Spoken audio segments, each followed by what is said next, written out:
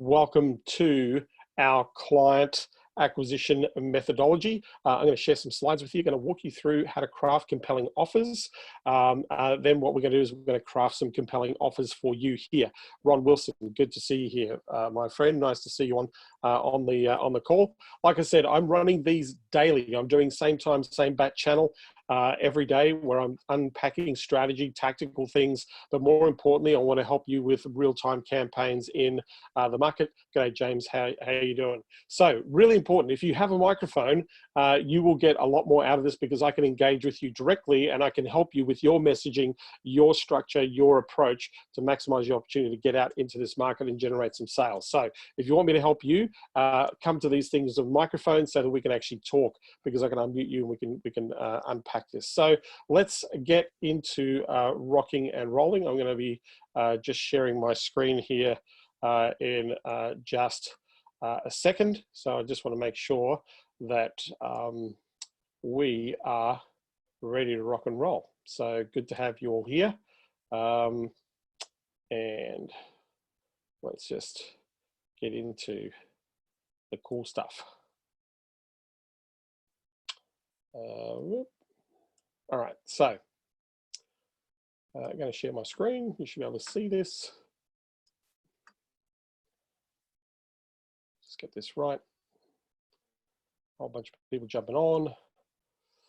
All right, so you should see this green screen right in front of you. It's clarity and focus session. I know that I'm up here in the corner, and essentially we're going to cover a key methodology. I'm just looking at the chats here.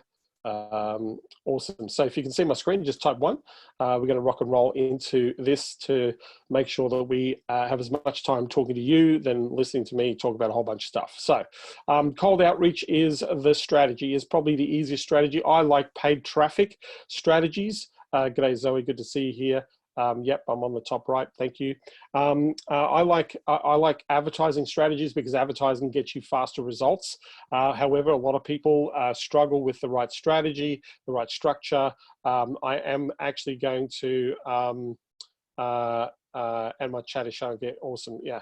So I'm actually going to be sharing, I'm going to close the chat in a second, but I'm actually going to be sharing with you a focus on even crafting offers that you can use on ads as well to go out to the marketplace. But the key part of this is I want to walk you through a process. So with that, this is the client generation workflow. We got to find a list. All of you should have lists. Nobody here shouldn't have a list. It's easy to find lists. You either got a familiar list, list that you created, curated, or scraped, or you have a LinkedIn list. Everybody's got a list. And you want to source a decision maker. So you need the name of the person you're going out to.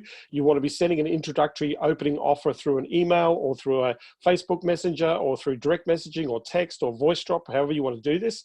And you want to follow up with a quick call to action. You want to make an offer for them to show up to show how you can help them to set an appointment.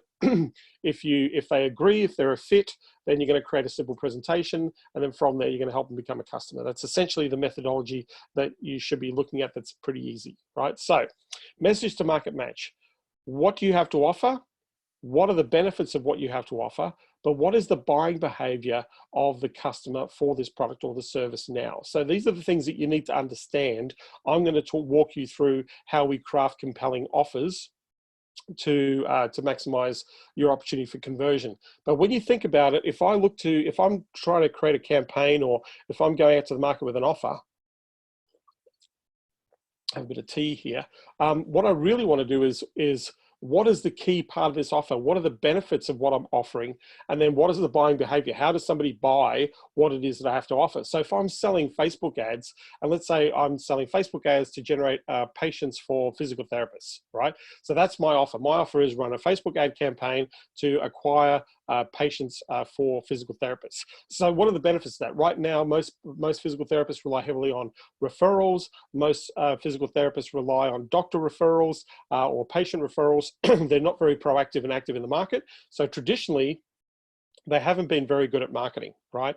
And so right now, I know Facebook ads gives them direct access to patients. So if we look at the benefits of Facebook ads, one, it puts their message and their brand out in the local community and become very visible on the biggest social media platform, which is Facebook, right?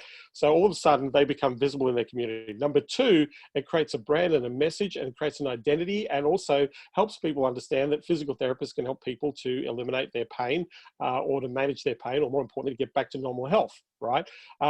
Second thing is it makes them first choice. So if somebody's got pain and that the strategy is to target whatever that pain is, let's say sciatica pain, then if somebody's got that problem, it identifies that, hey, you're somebody who can help, it makes them first choice in the market. So some of the benefits is branding, messaging in the local market, visibility, being first choice to solve a relevant problem to the customer, right?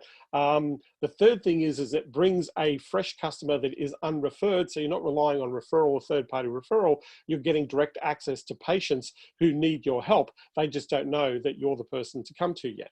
So these are some of the benefits that you can create from running Facebook ad campaigns. The other thing is you can start to build a relationship with those people who come to you, depending on what you're offering as part of your strategy, to start to educate them about the type of work, the type of therapy you do, that not only can you help them, but you can also help family, friends, and those people around them as well, right?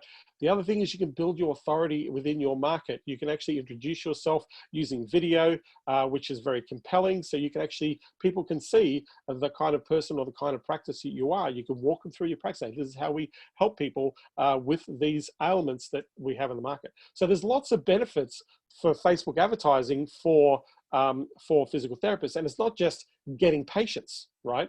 It has a much broader implication to the branding and marketing for the physical therapy practice, right? So then what is the buying behavior? So right now, PTs, anybody in the health services where they have direct access or have to touch the patient, has to do things differently right now. They have to actually pivot from what they normally do. And some of them have opened up new services that they've never had before. They're opening up virtual consultations for patients. They're doing virtual treatment and exercises for patients online right now.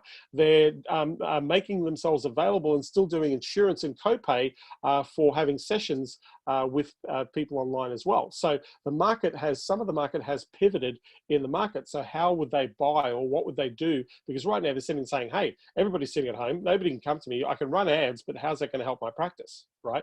So what is the buying behavior? Right now, the buying behavior is we want to accept patients, but we have to accept them in a different way, right? So there's a message, right? Do you want to accept patients, and do you want to accept them in a different way, right, than what you're normally used to? Imagine being able to treat your patients or to serve your patients or consult your patients virtually as opposed to in a physical location.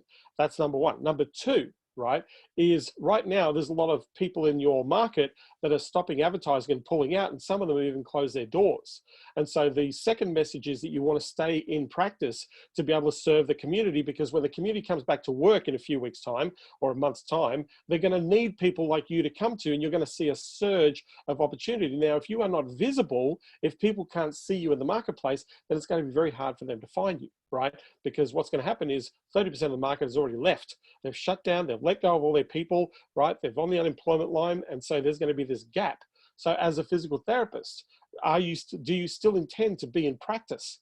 Or are you intending to be in practice now and in practice for the future? And if you are, do you want to take advantage of the gap that's being shown right now, where you can actually build your market brand and messaging and audience at a much larger scale right now in the marketplace? Would you like to do that? Right? So that's what is the buying behavior? How do we change the message to suit the buying behavior? And you can do that for every single market, right? You can do the buying behavior every single market. Right now, there are people realize that people are online. So 2 weeks ago, a whole bunch of people dropped out of the market. They stopped advertising. 2 weeks later, people are coming back and going, holy crap, all the customers are online right now. How the hell do we make our campaigns work online, right? So that's what's going on in the market right now.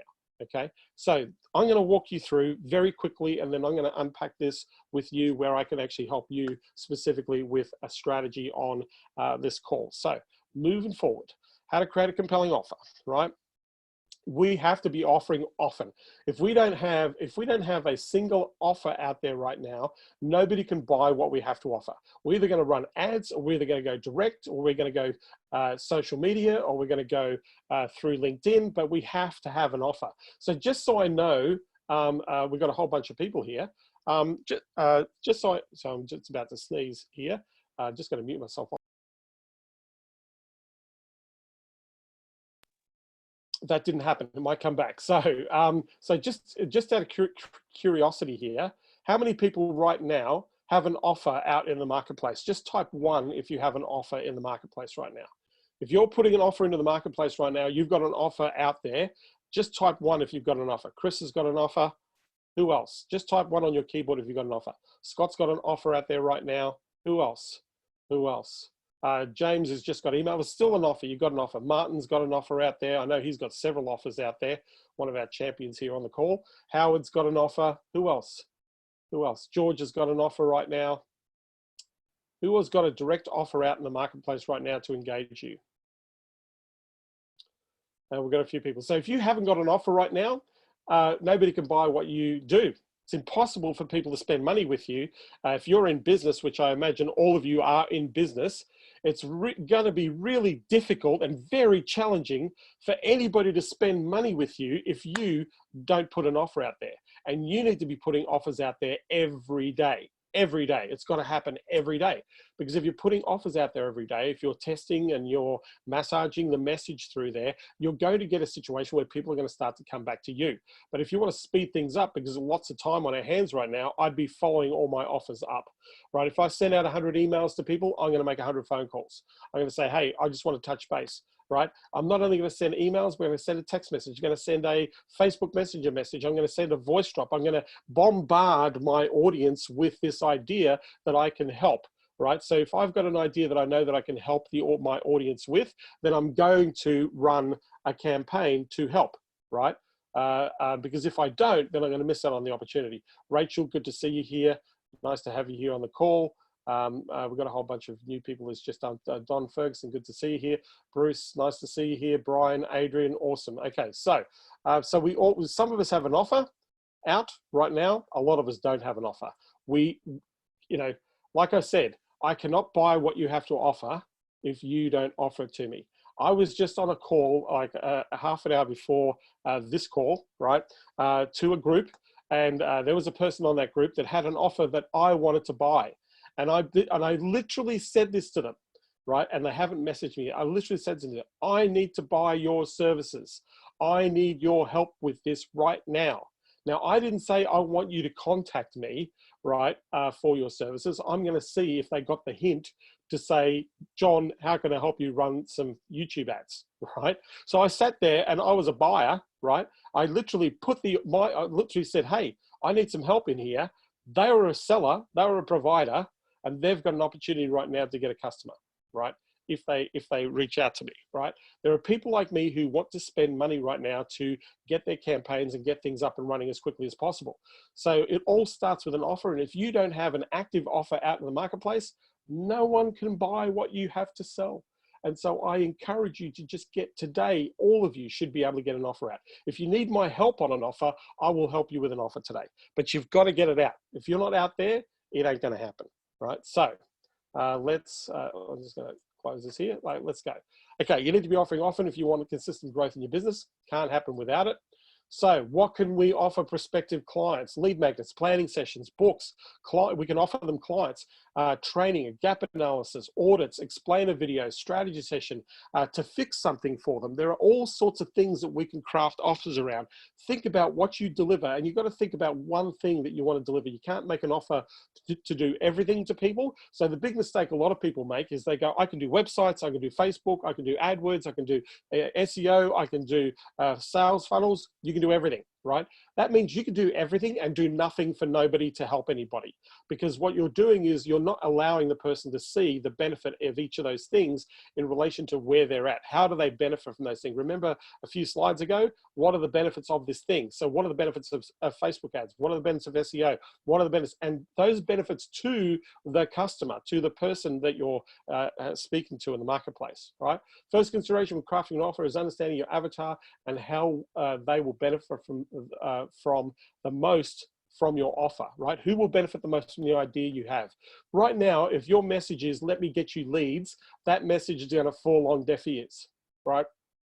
If you're going out there saying to people, I wanna get you some leads, right? Right now, they can't hear you because what they wanna hear is, I need to stay in business, right? Right now, I need to be okay, and right now, I'm not okay. They don't want to be happy. They don't want to be exuberant and excited. They just want to be okay. So how do we get you to okay? Right now, how do we go from panic to frustration to I don't know what the hell I'm doing to okay, right? That's what we're going to get to. So a message has got to understand where they're at. Right now, you're probably, you might be panicking right now, right? You might be thinking that you might be out of business right now, like a lot of people in the industry. But one thing that I do know is people still need to buy your services. And right now I know people looking at things that you have to offer in the marketplace. So if we can have a conversation where we can sit down and look at things that you can do right now, that you can take control of, that are gonna more importantly keep you in business and have you actually be able to grow through this, then is it worth having that conversation? So in that conversation, I'm not talking about, hey, let me send you some leads. No, let's solve the problem right now. Let's make you visible. Let's get people, let's get the cash flow running to the business. The message has to be different to where the market is right now. So we need to understand the easiest thing to do is every day is a do-over, right? That's the other thing. Always when there's a failed offer, if I get a failed offer, that's feedback. If I put an offer out there and somebody doesn't respond to my offer, that's feedback. There's two pieces of feedback. One, they didn't see the offer. Or two, they didn't think my offer was relevant, right? So now, for me to find that out, I've got to ask the question, right? So to me, to craft an offer for somebody, even for myself, I go through a process where I spend hours, right, thinking about what the message is, who am I speaking to? I literally go through about 100 questions where I literally sit down and think about what I'm putting out there, what I'm doing. And then this gives me a whole bunch of offers, a whole bunch of messages that I can send in the marketplace. Now, I'm going to give you a very basic example of this so that you can use this for yourself. But at the end of the day, this is a way that you want to craft or you want to get out into the market. And like I say, every day is a do-over. The sun comes up every single day, right? At the same time, obviously at varying times, depending on where you are in the world, but it comes up. You know that it's going to come up. Rain, hail, or shine, the day starts every day. Every day is a do-over. What didn't work today, you might try a little bit of a different approach and it might work tomorrow, right? So understand the biggest mistake that most marketers make is they go and send out one offer and go, well, that didn't work. Like I know people sit there and say, yeah, I'm trying to get my whole cold email and I can't get people to respond. Well, the reason why you can't get people to respond is because your message is not hitting or relevant to that person. And the other reason is they don't know who you are. So if you've just sent them one message, how the hell are you building a relationship on one message? Right? You're expecting the world to turn upside down for you and you're expecting to get married on the first date. Now, that doesn't mean to say that sometimes you're not going to get somebody to respond to you very quickly by putting a direct message who doesn't know you. That happens all the time. But to sit there and think that you've got it all dialed in and the fact that you've actually gone to the effort of sending out an email or sending out a message or running an ad and expecting that ad to just go gangbusters for you, it ain't going to happen unless you put a little bit of thought to it, unless you put a little bit of understanding to it. So understand at the end of the day, as our responsibility is to have that conversation. And the only way that conversation is going to be had is if your prospective customer, feels that you're the person they need to speak to about an idea that is relevant to them, right? So this is why we have to come up with different messaging.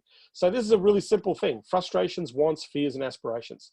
What are the 4 or 5 top frustrations right now that businesses have in the market? We're going to talk a little bit about this specifically in relation to you and the product, right? What do they want? So generally from a frustration, they want the opposite. So right now, we need our customers, we need to do work online right now. We need to be available online right now because we can't touch our customers in our practice.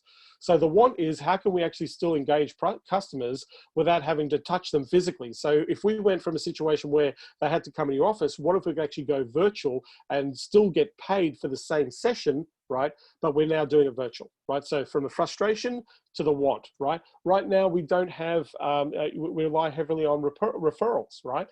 In our practice. And right now referrals are dropping and drying up.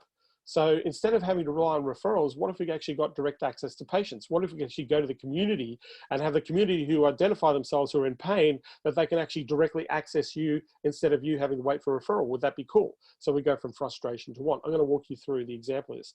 Now, fears right now. So if you're not, so let me talk general business here, right? Let me talk general business, right? Right now, what are the frustrations right now? I've closed my doors. I've set my staff on furlough. I'm trying to manage my cash flow. I'm trying to figure out a way on how I can stay in business, right? I'm trying to figure out a way on how I can stay in business. Somebody's just hit a chat here. So let me just see what that person's chatting.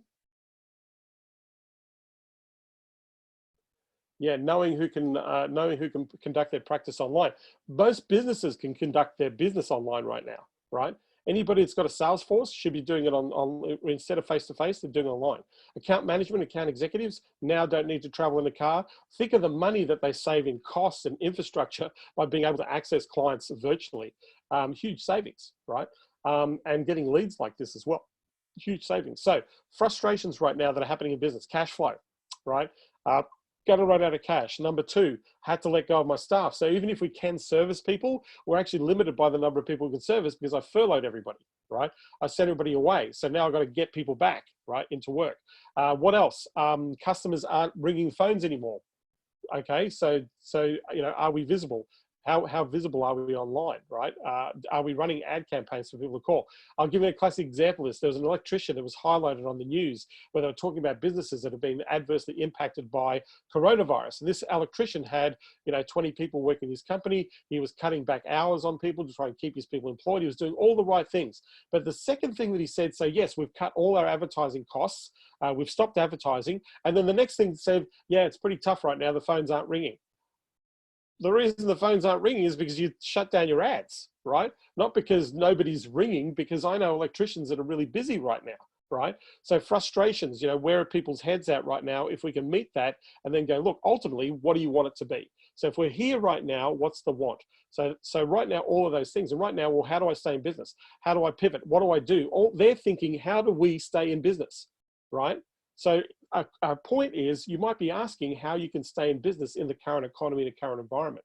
If I can show you a way to make sure, one, that you stay in business, two, that you're visible, three, that it makes it easy for a client to actually engage you so that you can keep that cash flow in the business and bring your team back and keep them hired, is it worthwhile having that conversation, right?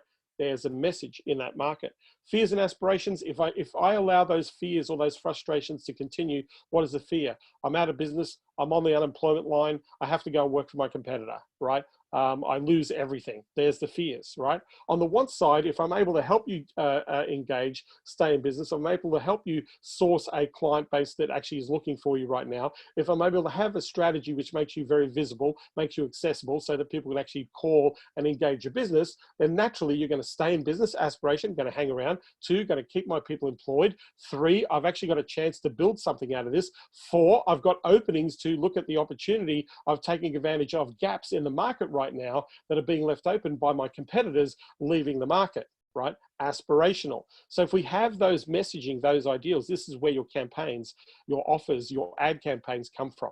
I have a system, it's 100 questions that I go through. It takes about 4 hours to go through, but what happens is it gives you a whole in-depth insight, and it allows you to create very pertinent poignant messaging in relation to the client, makes you think about where people are at to be able to convert those clients. Some of my consulting champions actually sell that questionnaire to clients, charge them $6,000 just to go through the questionnaire so that they can craft their messages and their campaigns to release in the marketplace. So that gives you a perspective of how important this type of information is.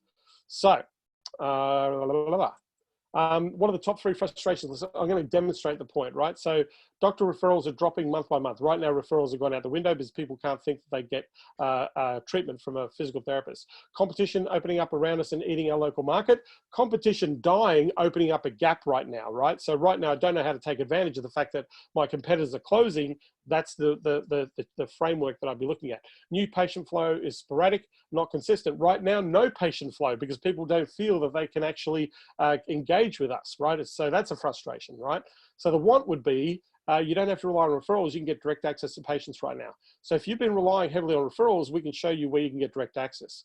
We can help you to become a recognized expert in your community right now because we can make you very visible over and above the competition, and right now it's less expensive to actually do that.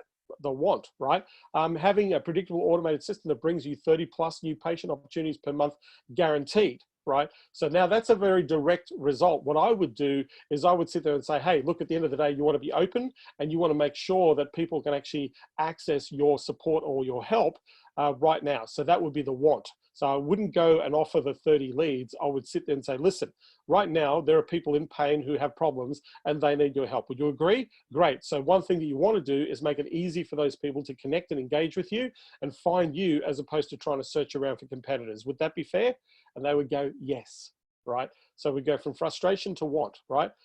Fears and aspirations, right? Slowly seeing patient numbers drop along with revenue, downsize the practice, lay people off, close the practice, go to work for a hospital or go to work for a competitor, right? Aspirations, hire a new team to scale the practice, spend less time in treatment, enjoy the success of the practice, open up a new location, serve a wider community that is being left to the mercy of other people closing down.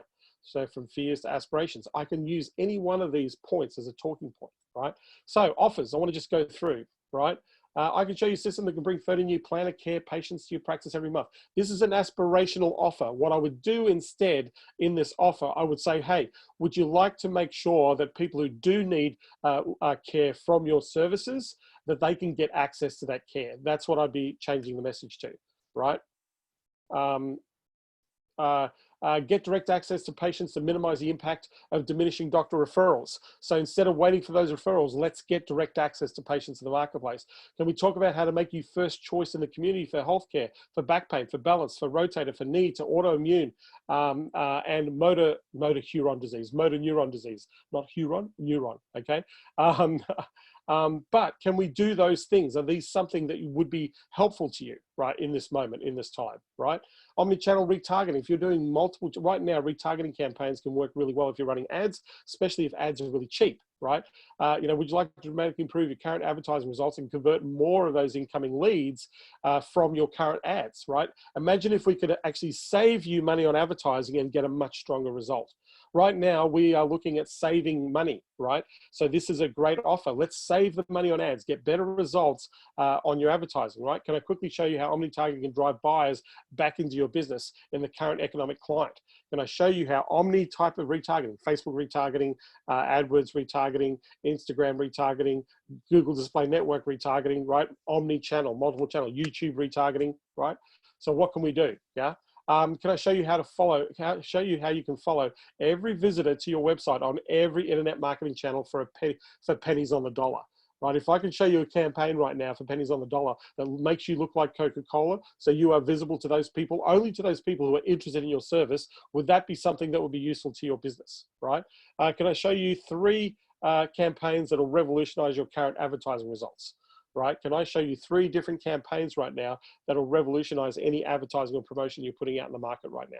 People want to save money, and people want more for the same, or they want the same for less. So if I can save you money, if I can help you get a better result right now, people are interested in that sort of information right now.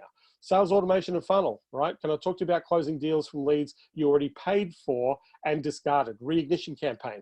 Can I show you how to close deals right now from leads that you've already paid for and that you've discarded in the marketplace, right? Simple offer, right? Oops. Can I show you a simple way to automate your sales process so that you never lose an opportunity to close a sale? Right now, if you don't automate your sales, or if you're not actually following people up effectively in an immediate fashion, because people need response right now, if you can automate that process and make it easy for people to take the next step in the sales process with you, then that would be something that would be useful to your business, wouldn't it? And that's another way of putting that out there in the marketplace, right? Can I show you how you can increase your sales conversions by 30% without spending another dollar on lead generation? Right now, every business needs to do this. Can I show you how to generate an extra 30% increase in cash in your business right now without you spending any money on ads? Because a lot of people have got leads that they haven't followed up, right? I'll give you an example. I was talking to an agency where they had a client, they generated, this is, they're in the HVAC market. So they had 200 leads and the HVAC company said, you know, the 200 leads you sent me were shit. They didn't buy anything, right? So here's the thing. They went and tested the leads. So they rang about 90 of the 200 leads that they sent to say, okay, let's find out how crappy these leads are, right? So they followed up 90 of them. They didn't follow up all of them. They followed up 90 of them. 36 people bought an air conditioner from another company. 36 people of the 90 leads that they followed up from the 200 had bought an air conditioner from somebody else, right? That was classic. And 15 of the 90 people they spoke to were still interested in buying an air conditioner. So they went back to the guy and said, listen, you just spent advertising money. You got $300,000 worth of sales for another air conditioning company because you were too lazy to follow up these sales. And we've got 15 people right now who said they still need an air conditioner from those shitty 200 leads that we gave you. My question to you is, do you want to help those people get an air conditioner or should I give them to somebody else, right? So most people, if you can automate your sales process, you can dramatically improve your conversions of generating sales so you don't lose the deal, because people's follow-up is terrible, right? If you're doing 24/7 marketing and somebody leaves a lead at 7 o'clock at night and you don't get back to them until the next day, they've already forgotten about you. They've gone somewhere else. But if you've got an automated sales process that actually can follow up and say, hey, thanks for the inquiry. By the way, here's your next step. And one of our people is going to contact you first thing tomorrow morning or going to contact you in the next 5 or 10 minutes to follow up that lead, then you're going to maximize the opportunity for conversion. Yeah, that's the thing. That's what you're doing. So somebody's just gone into the chat and asked a chatty question. I was speaking to a guy that sells to therapists, lists of 12,000 people, and only 400 of them bought. How would you position the reignition campaign? So Mark, I'll talk about that later. Just remind me of the reignition campaign later. All right. So Facebook ad offers, right? Can I show you direct access to buyers on their mobile phones that achieve 3 things: brand your business, make direct offers to buyers to respond to, and build a database of interested buyers that you can re-offer to at pennies on the dollar, right? So Facebook ads offer, right? Can I show you how to get direct access to buyers right now in the current economic climate on their mobile phones? Can I brand your business so that you get better recognition, make a direct offer for people to respond to, and build a database of interested buyers so that you can re-offer at pennies on the dollar? Is that something that might be useful to your business, right? Can I show you a Facebook ad system that consistently brings in new buyers on autopilot? Can I show you how to get 30 to 100 estimate opportunities on autopilot, right? So these are basic offers. I would probably massage the offer to the market, because remember, right now, a lot of businesses are panicking, so I would change the offer, right? So other ways to find great offers for your market. Google best offers for a plumber, architect, accountant. Right now, I'm Googling best offer in times of crisis, right? Best offers that you can run right now in times of crisis. And you'll be amazed at some of the information that's coming up, because there are people that are posting amazing offers that are working right now. I just spoke to spoke to a company, they do event management, right? So this event management company had to go virtual, right? And so I sat there and I said, so right now, people are saving money. They can still run a virtual event. They can still charge the same ticket price. They can still make it very interactive and very engaging. Right now, there are a lot of event planners that have decided to go away. So there's a whole bunch of people out there in the marketplace that kind of need your help right now. He says, yeah, there's so many people that need my help right now. So how many people have you spoken to in the last couple of weeks? No one. I said, but you specialize in driving traffic to live events. How different is that is driving traffic to a paid event that is online, that's virtual? He says, it's exactly the same. It's just we're selling a virtual event. Like the marketing doesn't change, is the fact that the medium changes. So we have to create the message to suit the medium. I said, so can you do that? So yeah, we can. I said, well, how many people right now do you know? And he said, and he started telling me a story. He said, yeah, I know of a company. They're a trade show display company, and because trade shows are now off the books, they pivoted to actually showing people how to run a virtual event. And they just ran a virtual event for 3,000 people, and the average price of the ticket was $600 to $1,000 to attend. Right now, if you do the math on that, that's huge. So I said, so you can help companies like this, yes? Or you can help companies that are going virtual, yes. So why not go to them and say, hey, are you still in business? Can you go virtual? And we'd love to be able to fill the seats up in your virtual campaigns so that you keep most of the profits and you don't have to give them to the venues anymore. Is that something that'll be useful having a chat to? And he went, yeah. Right. So I want to look for offers that are currently working in the marketplace. I want to do my Google Trends research right now to see what people are searching for. I want to look at landing pages right now that are converting based on the actions of the market. All this stuff is available on Google, right? Look at offers in Google Images for bigger companies that have tested campaigns or still have ongoing campaigns. Look at companies that have tested, already spent millions of dollars in testing campaigns. So for example, in the fitness market, if I wanted to and I know that's been decimated right now, but if I want to do virtual membership, there's a company called LA Fitness. They're a very large company. Go and Google their offers right now for virtual fitness. They've got some amazing offers. This company spends millions of dollars on advertising, millions of dollars in testing ads. So what you can do is if they've already got ads that are working and converting, then you can take the idea and apply that to the client that you're servicing. Let me show you the top performing ads right now that are getting the results. Right? So you can go to the marketplace and say, hey, let me share with you what's working right now that we can help you with, because you need people right now to keep that cash going, keep those people employed and get back into this economy, right? Top 100 sales headlines, etc. You can Google those. So what I'm going to do is let me just go back to me here because I want to be able to help you here live. I know there's a whole bunch of people here. I really appreciate all you hopping on board. Mark asked a question. You were speaking to a guy that sells to a therapist list, 12,000 people, and only 400 of them bought. How do you position recognition? So my question to you, Mark, is how many times have they run the campaign? Because if 400 people bought out of 12,000, even though that's a low conversion rate, that's still 400 sales. That's a lot of sales, right? That's a lot of sales in the marketplace. Okay, let's get you on here, Mark. How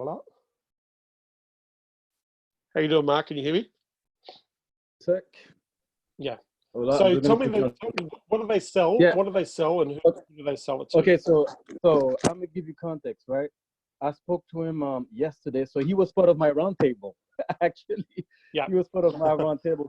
So basically, he has a list of 12,000 therapists, and only 400 of them been buying. He also has a mastermind group, and like his average of keeping. So he has a retention problem, and he's a seller. He's not a marketer. So he does one-time campaigns. That's it. One-time promotion. If on Facebook it doesn't work, like after 3 days, he just doesn't do anything and anything more on Facebook. So basically, he's a one. But he's got a 12,000. He's got a 12,000 person list. Yeah. Yeah.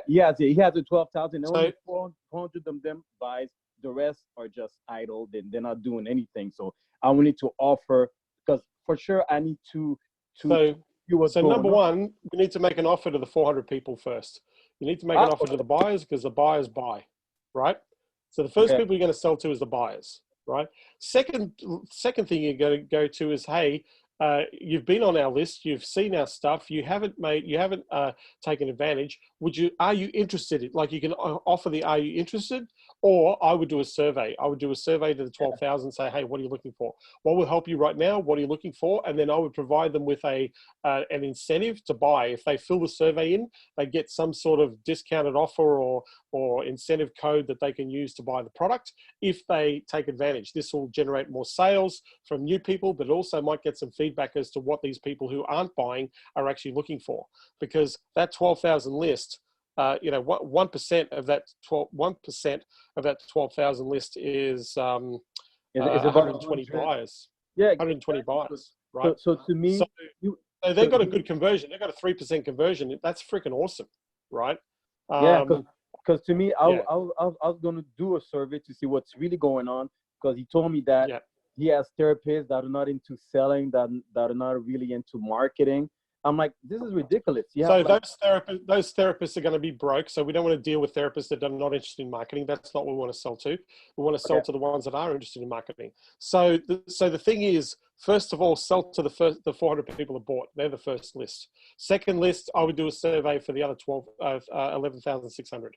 I would do a survey with an incentive offer to buy, right? Provide an incentive for them to buy, so you can get feedback. Yeah. if you can get 100 or so people to feedback, that gives you an idea of what they're interested in, right? Then you can craft an offer based on what they're interested in, and then go back out to the 11,000 list. Market. Yeah. Perfect. And also he has a problem because he gets people into his club, but he doesn't do any follow-up. He doesn't give them support. So people are overwhelmed. Like he has about like 80 videos that they have to watch. So they're overwhelmed, and that's why a lot of those. So my question is, let's just take a step back from here, Mark. Okay, so he's not serving his clients. He's not serving those customers. He's not realizing the opportunity from those customers. So customers will leave after 3 or 4 months or whatever. They're going to leave. They're going to drop out of the system. My question to you for him, right? This is the question, right? Do you want these people to stay and pay? Do you want these people to, do you want to build your opportunity out of what you've already built? Or if you don't give a shit and you're not interested doing this, then fail, right? I need to know. Do you want to do something or do you want to fail? What do you want to do, right? Okay. I would ask that question because right now you can automate a lot of the customer support. He doesn't have to show up himself, right? But he should be showing up at least once a week. He should be showing up at least 2 or 3 times, engaging the audience, answering their questions, showing what they can do. He should be there with that audience. If you want those people to stay and pay, then he should be there. Now, if it's not him, go and hire somebody else, because right now, whatever the churn rate is what it's costing him. So if his churn rate's 10% every quarter, that means he's going to lose 40 customers. If 40 customers are paying him, $500 a pop, that's $20,000 worth of cash. So they're paying €47 per month. Oh, is that all? Is that all?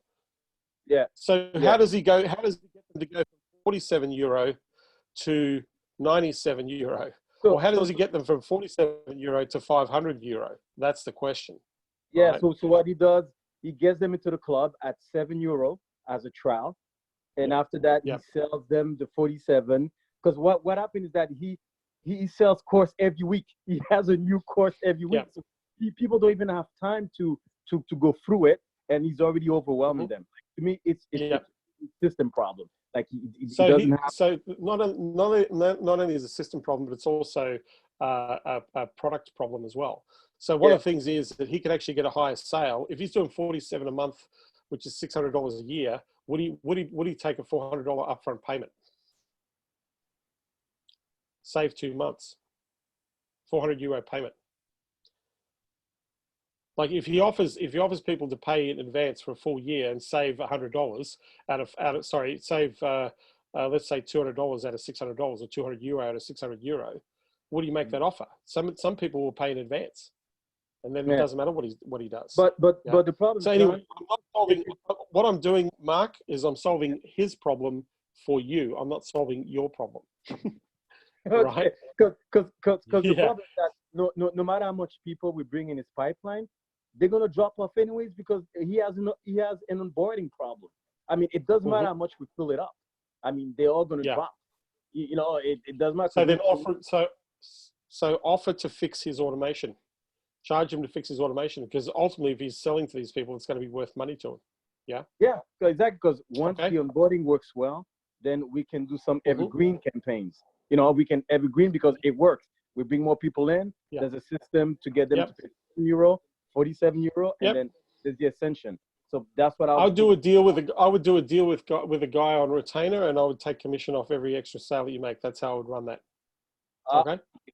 Okay. Perfect. Right. Thanks, man. Bye. Thank you. All right.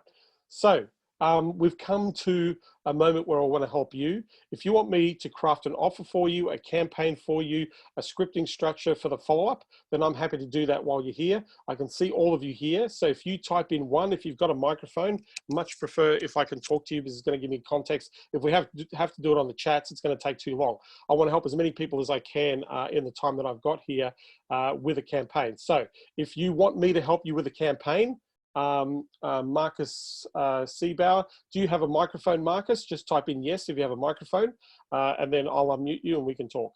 Awesome. So let me find you, Marcus. Here we go. Hey Marcus, how you doing? Hey John, I'm doing well, thank you. Right. Where are you based? Where are you based? Now I'm in Argentina. Okay. And what do you do?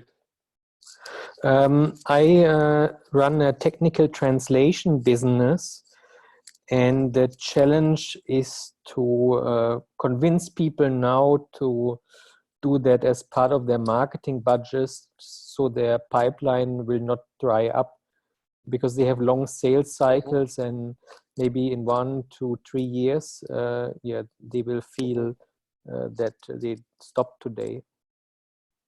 Yeah. Our companies right now, do they need translation? Do they need tech translation right now? Pardon? So right now, I'm going to ask you the question, Marcus. Do they need tech translation? Do companies, like companies with long sales cycles, nothing's changed. Just the sales cycle is the same. It's just Right. that we're in lockdown right now, right? So how we serve our clients might have changed, but for long sales cycles, the economic impact really hasn't hit for people with long sales cycle. So here's the thing, people with long sales cycles right now, Marcus, can offer a deal to incentivize a buy earlier if they can. That's one option. Number two, they still need to, if they're communicating internationally for their product, then they still need your services. So I don't understand why you're not busy right now. You should be really busy right now. Because so my question is, the management cuts the marketing budgets. So that's the last thing that people should be doing right now, is cutting marketing budgets. Because right now, this is an opportunity for every tech company to actually be relevant and present in the market. So if you go back to the marketing guy and say, listen, I don't know about you, but a whole bunch of people just jumped in on their marketing. If you've left the market, that means nobody knows that they can deal with you. So are you telling me that you are no longer in business and you're not accepting clients, or you are accepting clients? What do you want to do? If you're accepting clients, we've got to get back into our marketing. If you're not accepting customers, then the customers that you were serving are not being served by you right now. So we can go and take those customers and give those customers to somebody else, right? What do you want to do? Yeah. Are you accepting customers right now? Are you actively engaging in the sales process? Or are you letting people off, and are you going away so that your competitors come in and take over? What are you doing? What do you want to do? What is a marketing manager's job, Marcus? It's to frickin' be a marketing manager, is it not? Right. Yeah. So if you're not marketing, then you're out of a job, right? So if you want to keep into a job, you want to stay into a job, you've got to be marketing. Yeah.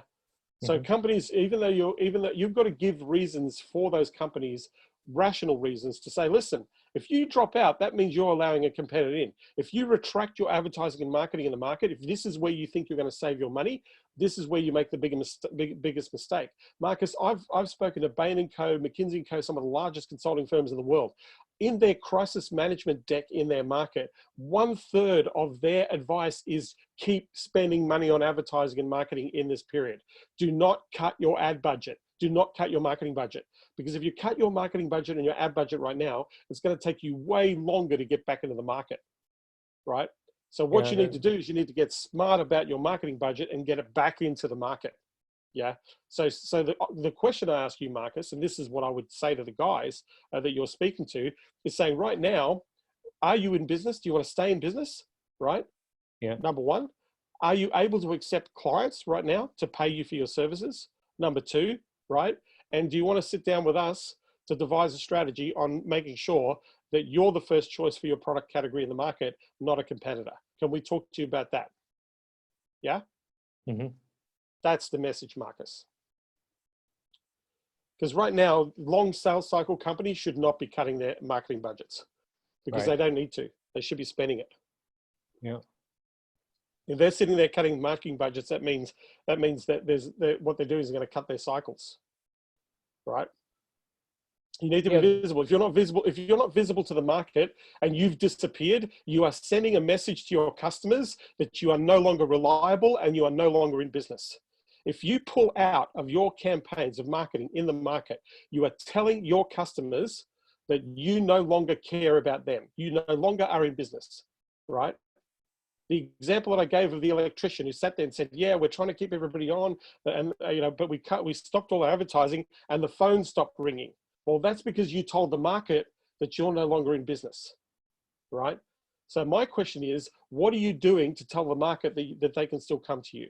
Because if they're not coming to you right now, they're all online searching right now, right? So if you're out and you're not visible, guess what's happening? They're going to go to the next product that's visible in the market, yes? Right. yeah, they still get inquiries, but people don't buy now. So yeah, that's why they are concerned. Some people are buying, Marcus. There's people still buying right now. Right now, online sales have gone through the roof. Right now, transactions online have gone through the roof. You know, gone through the roof. There are people who are still buying. People are still buying insurance. People are still buying loans. People are still buying tech products right now. Tech products are going through the roof. Health tech products out of this world. Freaking fitness tech products out of this world, right? People are buying. Saying to people that they're not buying is bullshit, because I can always find somebody in any market. No, just you know, just in their industry, like yeah, for their salespeople. Yeah. So what you're telling me, Marcus, is the industry has just decided that they are out of business and nobody's ever going to buy ever again. They're gone. They've just shut down. We're dead. That's what you're telling me. Is that the decision that those businesses have made? That they're gone? No. No. So if that's not the decision, then how do we help people buy? That's the question we have to answer. How do we help those customers buy is what we're coming to. Yeah? Yeah. Does that help? Yeah, thank you. Yeah, I would look up some you know, studies from these consulting companies, because you know, they have the authority and people believe in that. Right now, there's a study that was done by Forrester Research, and you can Google it, right? But there's a study that talked about, they talked about cost cutting. They talked about, so in the last financial crisis, they talked about the companies that cut costs and those companies that actually didn't cut costs, right?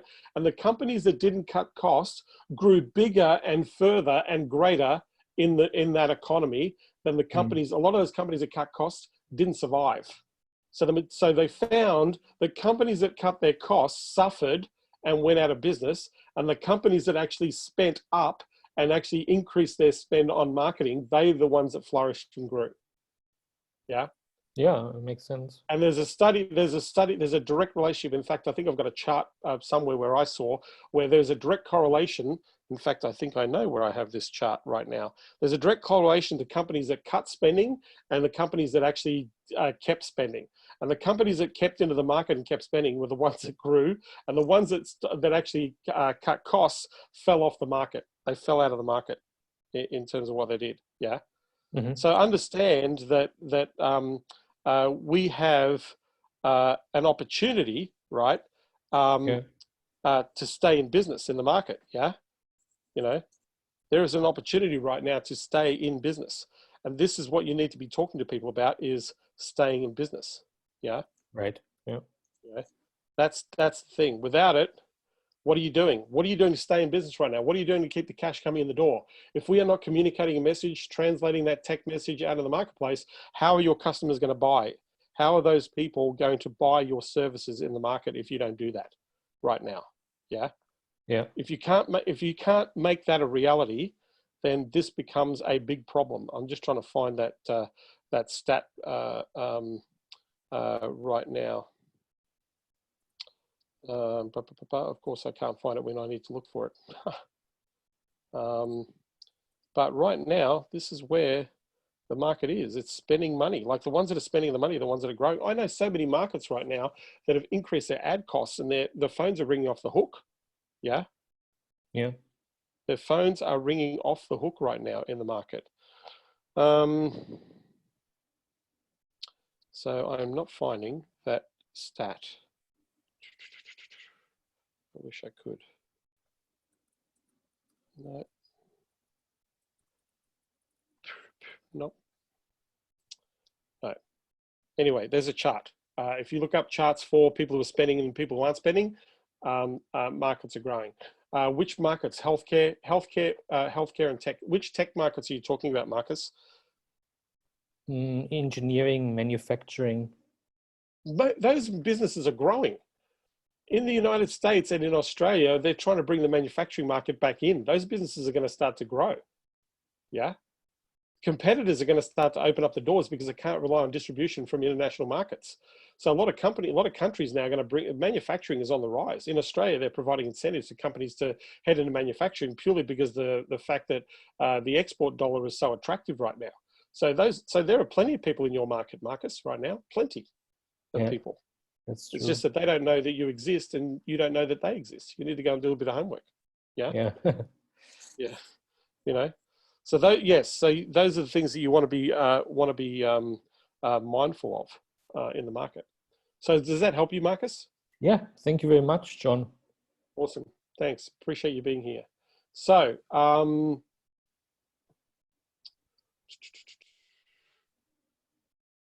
okay. So anybody else want me to, Chris J, mining. I don't know what that means, Chris. Anybody else want me to help you craft a campaign and offer right now to get out to the marketplace? Just type 1. If you've got a microphone, I can help you. If you haven't got a microphone, I can't help you. Zoe, let's talk, Zoe. Good to see you here. Let me find you here. Hey, Zoe, how you doing? Can you hear me? Hey, Zoe, can you hear me? Microphone's just, you there? Yeah. Can you hear me? No, microphone's terrible. You need to unplug and plug in again. The microphone's not working properly, Zoe.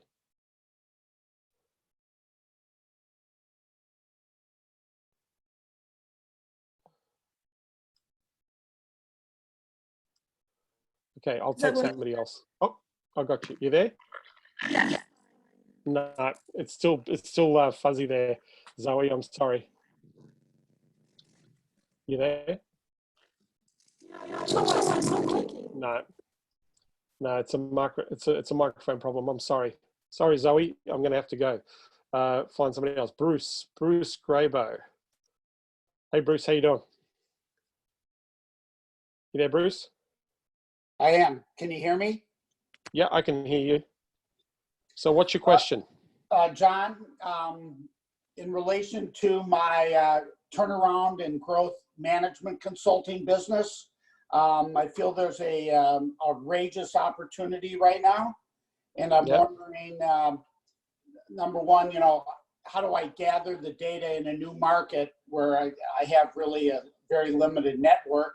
And 2, what would my offering be that's unique and innovative and not typical of all the other consultants? Mate, you need a relationship with people who are in the insolvency administration area. You need a relationship with lawyers and accountants. If you want clients, if you want to do turnaround, you need to build a relationship with lawyers and accountants to talk about turnaround. My thing is, so that's first and foremost. Right now, I'd be spending, if you're struggling right now, so what do people need right now? They need money, right? So if you can help people get money, that's, as a turnaround specialist, that's important. If you can help them to get money from the stimulus packages, then you can help people do that. Right now, people need your help for that, Bruce. If you can help people to get cash into a business, then I would say yes, that's what you want to do. But nobody understands what a turnaround specialist is. This is the problem, Bruce, right? Nobody gets what you do. Nobody goes out there looking for somebody who's a turnaround specialist either. So you've got to look at what is the problem that you're actually solving, not saying I can turn your company around, because nobody gives a shit, right? That's the first thing. So number one, what is the underlying problem right now for companies that they need to do, actions that they need to take right now to protect their company and so they can grow out of this. That's what they're looking for. So if I were you, Bruce, I'd be running ads and saying, listen, right now, if you're panicking, if you're sitting there looking at limited options to be able to maneuver or adjust your company right now in terms of the current issues that are going on, then let's sit down and talk about a plan to, 1, save your company, 2, to keep you in business, number 3, to thrive for the opportunity you have. There's your message. I'd be running ads right now. I'd be running direct Facebook or AdWords ads right now to help people through crisis management is where I'd go to people. If you have a limited budget, which way would you go? AdWords or find the budget. Find the budget. I would go AdWords. I would go both. I would go AdWords and Facebook. Find the budget, Bruce. Find the cash, because right now it's a license to print money. Right now, you just said to me, there's a huge opportunity. Yes, there is a huge opportunity. My question to you is you have to have a strategy and a methodology that's going to serve people in the current situation, right? You have to have a strategy and a methodology that serves people to solve this problem now, not I'm a turnaround specialist, because nobody gives a shit about turnaround specialists. I don't care about turnaround specialists. It means nothing to me. right? Because I don't want to turn myself around. I want to make sure right now, I want to save my company. So if you need to save your company, what are the options that you provide to save companies? Creative financing is one. Short-term, long-term money lending, huge for businesses because they need cash, right?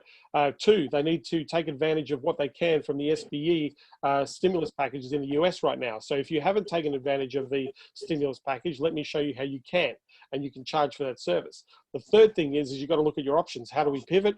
How do we do business in our new economy? How do we transition our business online? So right now, Bruce, people are spending money on that type of advisory. I know this because my friends at Bain and McKinsey are freaking super busy right now. They're not slow right now. They're collecting billions of dollars in payments, right? So I know the market's there, but you've got to have a product, an actual offer, a real offer that solves the current problem. And they need to trust you. You know what the hell you're talking about, because if they don't, you'll ruin the moment, right? So you've got to be super clear about how I'm going to say. So the question you have to answer is, what are the current problems that businesses are facing right now in this current economic climate, where they need to fix those things? So letting go of staff, managing payroll, keeping cash flow coming into the business, looking at pivoting services, looking at perhaps product development that is relevant and suitable to the market. So can they pivot quickly? These are all questions that a good consultant will ask people right now, because from the turnaround perspective, they need help with. So, mate, I'd be running ads to say right now, if you're panicking and you're struggling and you need to make sure that you stay in business and keep in business, here's 3 or 4 critical things that you need to be aware of right now. And if you want to, I'm more than happy to have a chat to see where your opportunities are to both stay, to make sure cash flow is coming in, and more importantly, to thrive out of this economy. Because there's a mini boom coming, and people need to take advantage of that mini boom. That's a cash opportunity. So if you're really good at turnaround, if you're the turnaround expert, Bruce, then people have got to know about it. And the only way they're going to find you is to find you online. And the fastest way to find you online, Bruce, is spend money on ads. And if I were you, thinking of the acquisition cost of a customer, I'd be probably throwing $3 to $4 grand a month in ads right now. But one client is going to be worth tens of thousands of dollars to you, or more, right? So acquisition cost is going to be low, cheap, So, what would be your the definition of the actual offer that you would make under the circumstances? So I would be thinking about businesses that are having an impact, that have a chance to survive in the market. So look at businesses right now in emerging markets that have let go, right? So look at insurance, look at finance, look at businesses that have decided to take a break, right? Because they think this is a little break. Every startup. Those are the sorts of people. No, I wouldn't be dealing with startups. Only if I was going to deal with startups, I would only deal with a funded startup, not an unfunded startup. Because right now every startup is going to ask for cash. So unless you can offer them money, Bruce, then they're not interested. Anything you can do to save them, they can't afford you. So the only startups that I'll be dealing with right now is funded startups. By the way, funded startups are more inclined to pivot right now. They're easy. Funded startups are the ones that can adapt to the current environment. But they don't need turnaround. Startups need more money. Yeah, startups need more cash. So if you can find them more cash, Bruce, then they'll hire you. But yeah, that's what I'd be doing. Well, number one offer is, let me give you access to cash. That's an offer. I mean, am I charging them for the initial? Do I give it away for free? What's the? I think you've got to have. I think you've got to have a conversation, Bruce. I think you've got to have a conversation first. So you have to do a very quick assessment on whether they qualify or not to be dealing with you. That's number one. So because the more ambiguous you are about what you do or what you offer, because people are going to go, I don't need a turnaround specialist. I need money, Bruce. I need money. I need cash flow. How can you help me with cash flow? But I'm not interested in sitting there, thinking bigger picture, broad picture. People need to think impact right now. What can I do to save my company right now? That's what they need help for, right? So if you are an accountant, or if you're a legal person, or if you are a person who is qualified and accredited to help businesses like this, then that's awesome, right? But because people are going to look for people with accreditation, people are going to look for people with expertise and knowledge in this area, right? So if you don't demonstrate that in the way you look online, then then it's going to be very difficult for you to sell turnaround. Like you've got to present yourself as that type of person, and don't call it turnaround. Call it, call it what it is, right? Crisis management. Yeah. Right now, crisis management sells. Yeah. So what are the key factors, that business need help with? Talk about that. And initially I'd be saying, hey, let's get on a 15-minute phone call, figure out where you're at, and then we can look at our options, and then you can charge for your time, to do an in-depth audit of what they need to do. And they will pay you for that audit. So that's your strategy. It's great, Mate, John. yes, you're right. Right now, the market is huge. The market is very big for you, but you've got to be, you've got to be proactive. I'd be banging the phones. I'd be literally going to the market and asking that question. Are you in business? Are you accepting clients right now? Right. If somebody says, yeah, I'm accepting customers. Okay, great. How are things going for you right now? Do you need to sit down and look at having an assured, strategic and optimistic conversation about what your options are to, one, stay in business, number two, to be in business for the next long term, and look at the opportunities, that the gaps that are being made in the market have left open. Are you interested in sitting down and looking at some of those critical things to make sure that you can actually buy your way through this? Yeah. That's the easiest offer you can make, Bruce. That's great, John. Okay. Thank you very much. You're welcome. So, Zoe, let me try and unmute you again, Zoe. You there, Zoe? Yeah, can you hear me? That's better. I got you. Yes. Okay, so tell me the market. Tell me the market. So I was going to focus on the tradies. Okay, so we spoke about this yesterday. Yeah. So have you implemented the offer I talked about yesterday? There's no point in me giving you another offer if you didn't implement the offer from yesterday. Yeah, this is true. I just am launching now. So I haven't actually completely launched yet. So I wanted to ask you, so when you're first launching and your first sort of meeting to people, what would be a good offer to sort of say, I'm new, but I know what I'm talking about? So what do you do? So don't tell people that you're new. That's the last thing you want to do. If you tell people you're new, you can't help them. Yeah. Right? So remember what I said the other day. I said, you've got to have the confidence and the ownership that you know that you can help people. If you own that confidence, it doesn't matter if you're new, if you're a veteran, if you're seasoned, you need to come back into the question, right? James Cooper, I will help you with your offer. Francis Rodino, yes, I'll help you with your offer. Yeah. So to answer your question, Zoe, it's not about, like, if you don't know what to say, you've got a problem right now. Me telling you what to say, that means you've got a problem. You're not very clear about your offer. So if you are very clear about how you can help people with what you do, then the conversation is easy. Where are you at right now? How can we help you? One, make sure that you're maximizing your opportunity with what you do. So to refresh my memory, Zoe, what is it that you do? I want to focus mostly on the Facebook ads and like lead gen from Facebook. Okay, so people don't care about lead gen right now, so you can't talk about lead gen, right? But people know that you can get direct access to the market. So right now, if I can, so think about some of the things that we can talk about, right? So one of the things we can talk about right now, it's never been cheaper to advertise online right now to get big results, right? That's number one. Number two, your audience is looking for what you have to offer right now, but they can't find you. That's number two, right? Number three, a lot of people in your market have decided to shut their doors. What people are looking for are the people who are open.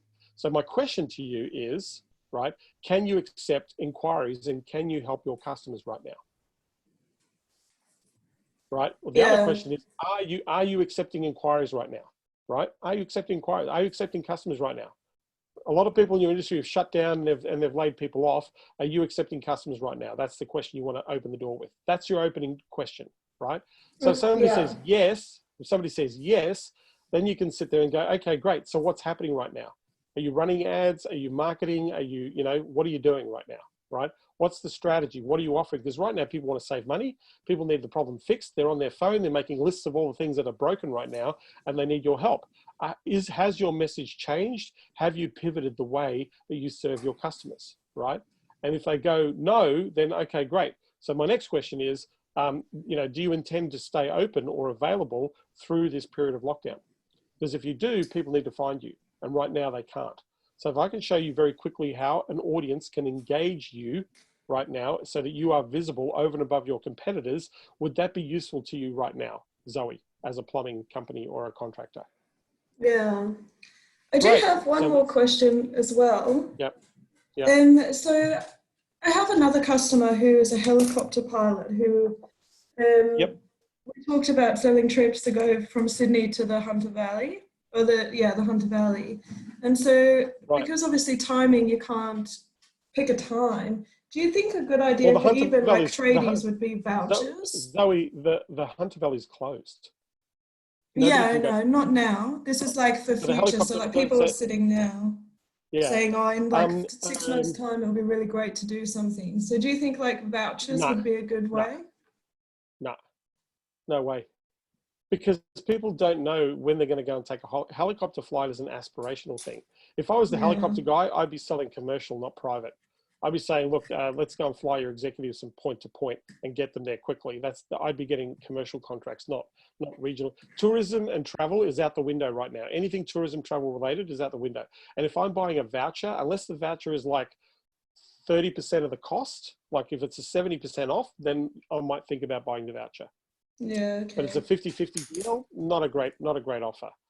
But for the helicopter guy, his opportunity right now is to fly people to jobs. Yeah. Yeah. Yeah. I can fly you safely to your jobs, right? So what commercial businesses right now, B2B, can this helicopter pilot company go to? Who's inquiring online for helicopter services? Lots of people inquiring about helicopter services, by the way. But the helicopter company should be focusing on commercial, not aspirational, because nobody's really allowed to be traveling around much, you know. And we don't know how long that's going to last for. So that the helicopter guy should be spending money on ads to market to commercial deals. Yeah. Mm. Zoe, your best strategy is to teach people how they can actually get clients on Facebook. That's your door opener. So look, I want to show you exactly how it works and show you exactly what you can do, because right now, if you're not doing this, this is where people are. So what I'm doing is I'm teaching business owners right now how to do Facebook ads for themselves. If you want to learn, it'll only take about an hour and a half to show you what you can do. At the end of that, if you decide maybe you'd like me to do it for you, then I can help you with it. That's the easiest pitch you've got, Zoe. Let me show you how it works. Right now, you think you need to be online. I don't want to charge you for anything. I don't want to do anything. I'm just trying to help as many businesses right now to take advantage of this medium. So if I can at least help one business like you to show you how you can take advantage, that would be awesome. At the end of that, you can do it all yourself, or you can hire me to do it. You get to decide. But for me, that's the easiest way for you to get clients. You could probably get 4 or 5 clients in the next 30 days if you did exactly what I just told you to do. Perfect. Thank you so much for your time. Yeah. Okay. You're welcome, Zoe. Thanks for being here. I really appreciate it. Thank you. Okay. All right. So somebody else here. So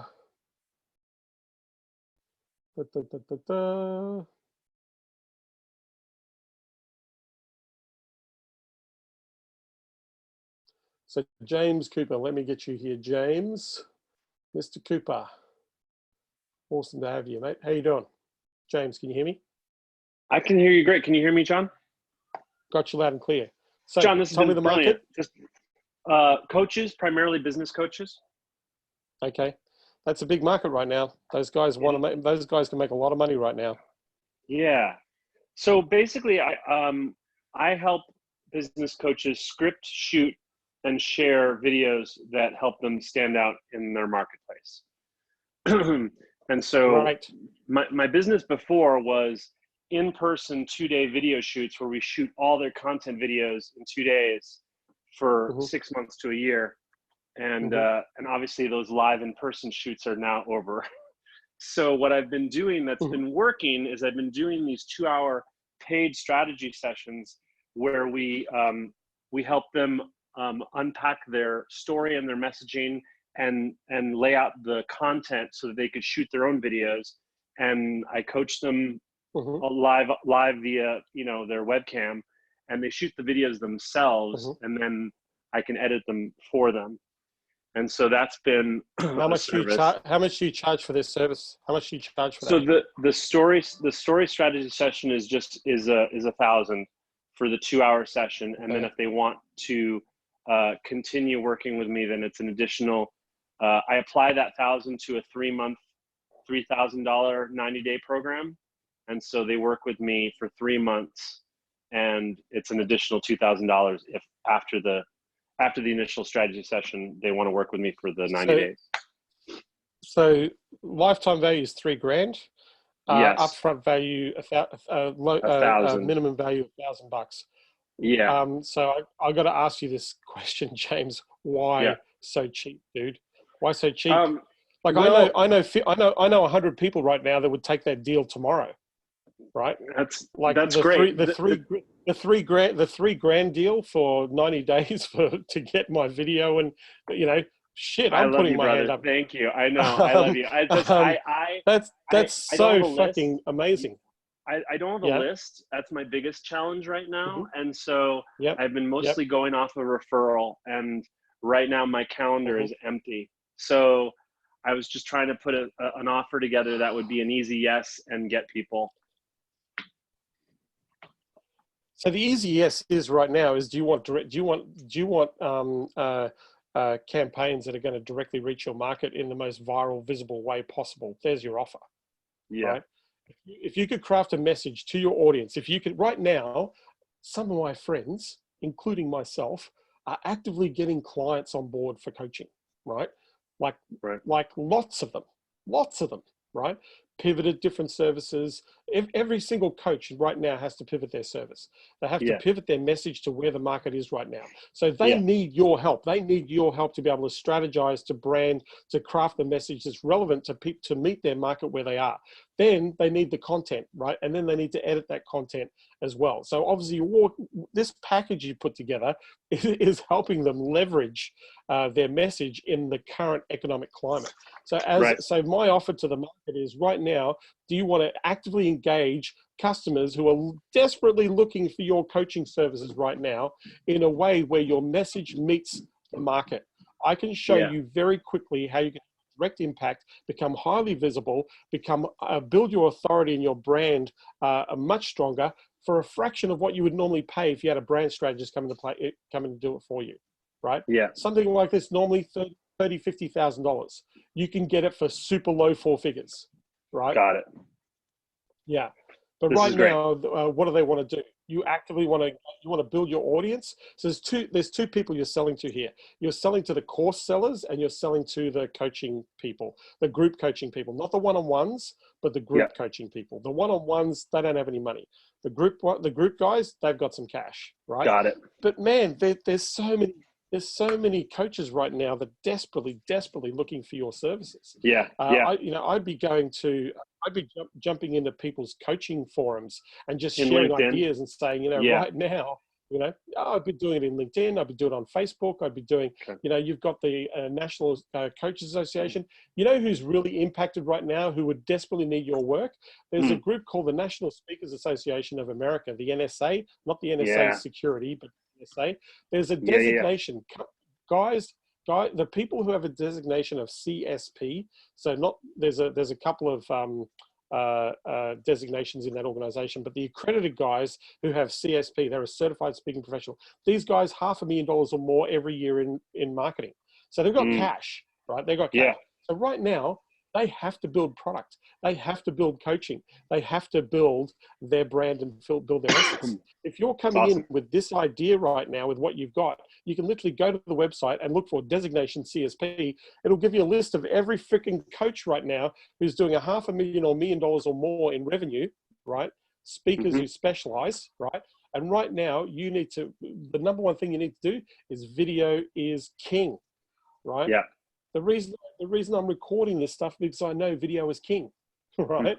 So if video is king, if I can get you out into the market, build your brand message, help you craft a message and devise strategy for under low 4 figures, right? Yeah. Where one customer will pretty much pay for everything that I do, then can we have a talk about what that looks like for you? Yeah. That's the easiest thing on the planet to do. Your calendar right now should be absolutely full, James. Okay. This is awesome. I've got a guy in the video. Do you ever heard of a guy called Ken Okazaki? Yeah, he's one of my good friends. Yeah. Ken Yeah. is super busy right now, Mm-hmm. right? Ken's super busy right now. Why is Ken busy right now?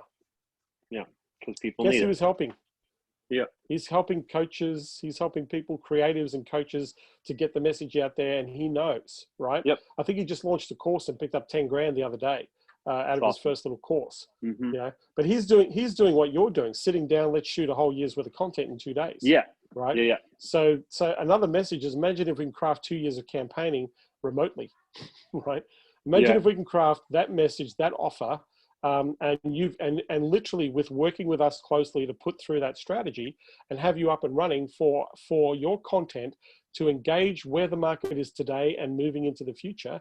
Is it worthwhile sitting down having a chat with you, James? Yeah. Yeah.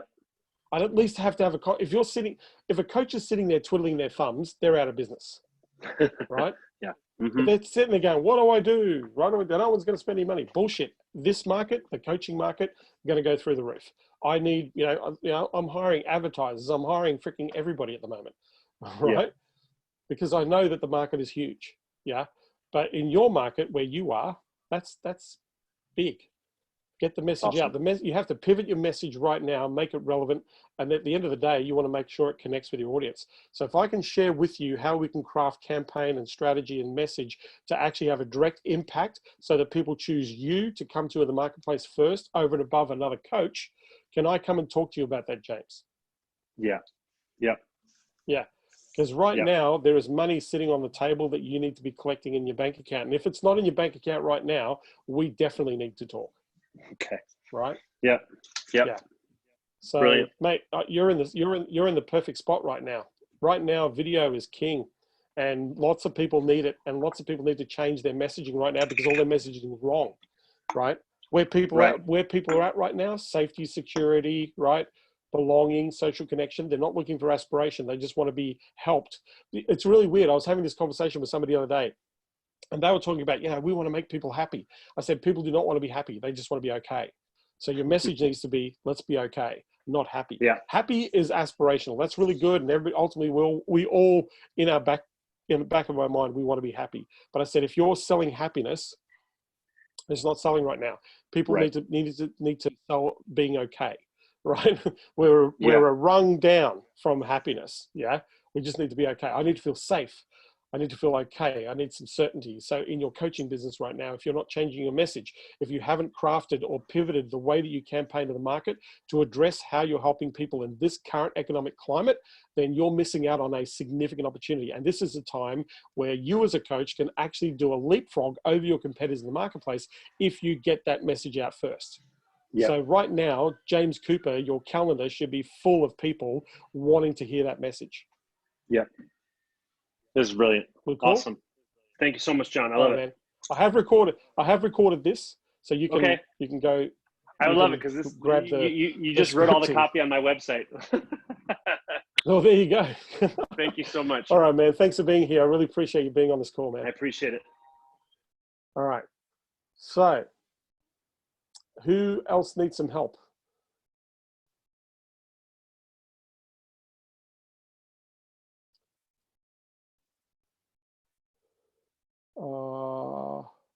Just type in 1 if you want me to help you with a campaign. I'll do one more person. Francis, I'm going to help you privately and personally. So you've got an appointment with me. So there's no point in me. We're already talking, Francis. So I'll get you. We'll be helping with you directly. Trent, my friend Trent. Where are you, Trent? Trent. Where are you, man? Oh, there you are. Hey, Trent, how you doing? You there? G'day, John. I'm good, thanks. How are you? All right, good. How'd you go with the messaging yesterday? Did you get that out? I'm actually putting it into the video format. So I'm creating the video landing page. Yep. And I don't want to ask you any questions on that niche again, but I'm positioning myself to target another market as well, because for a couple of reasons. One is because I've got a meetup group I think I mentioned this a week or two ago. Got a meetup group with 1,000 small business owners in Sydney. I've got another meetup group with 500 HubSpot enthusiasts, and I've got another meetup group with about 1,000 crowdfunding startups. And I love your idea of the round table concept. And I want to send that to these meetups I need to bring them across out of the meetup, either into a Facebook or sort of regular Zoom session. And so I'm going to use the roundtable invitation to do that. But I just wanted to get your steer on a sort of a more generalist type campaign targeting SMEs, taking into account that they're, scared how they're going to survive. They're in that survival mode and want connection. And obviously So have you got a lot of money? Have you got a lot of money, Trent? No. You got a lot of cash to spend on this? No. So don't be a generalist. Because if you go to the general market, you're going to be, a couple of things are going to happen. You're going to attract people who can't afford you. That's number one, right? Number two, people think that their business is different, right? Like if I'm let's say I'm a plumber, even plumbers, right? From one plumber to the next, one plumber say, we're better than the other guys because of these things. We serve better. We've got better pricing. We show up on time. We're clean, right?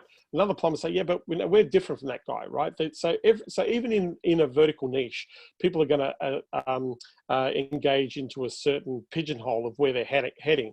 So if you go to the general market with a message, then you've got to look at the general big problem with that message, right? You've got to say, if you have this problem / everybody that's got this problem, right, then I can help you. But the problem is they'll have the problem, but that problem is the same problem, but it's different to somebody else's problem with the same thing. Do you know what I mean? Yeah. So then you're going to have to play this game of customizing your solution to everybody, right? Everybody you get, you've got to massage your message to that person. So there's first of all, that you've asked two questions. So I'm going to answer both questions. So I want to handle the SME question. Man, if you've got cash, you want to go and spend 10 grand a month on advertising and go to the general market because you can help the general market, by all means, that's what it's going to take to do that. Depending on how much a client can afford to spend with you, Trent, that's going to determine the acquisition cost of your customer. So whatever your solution is for the general business market, right? You've got to figure out how much do I have to spend to buy. Do you know what I mean? Right? I do. So my question is, what is the solution and how much are you charging for the solution?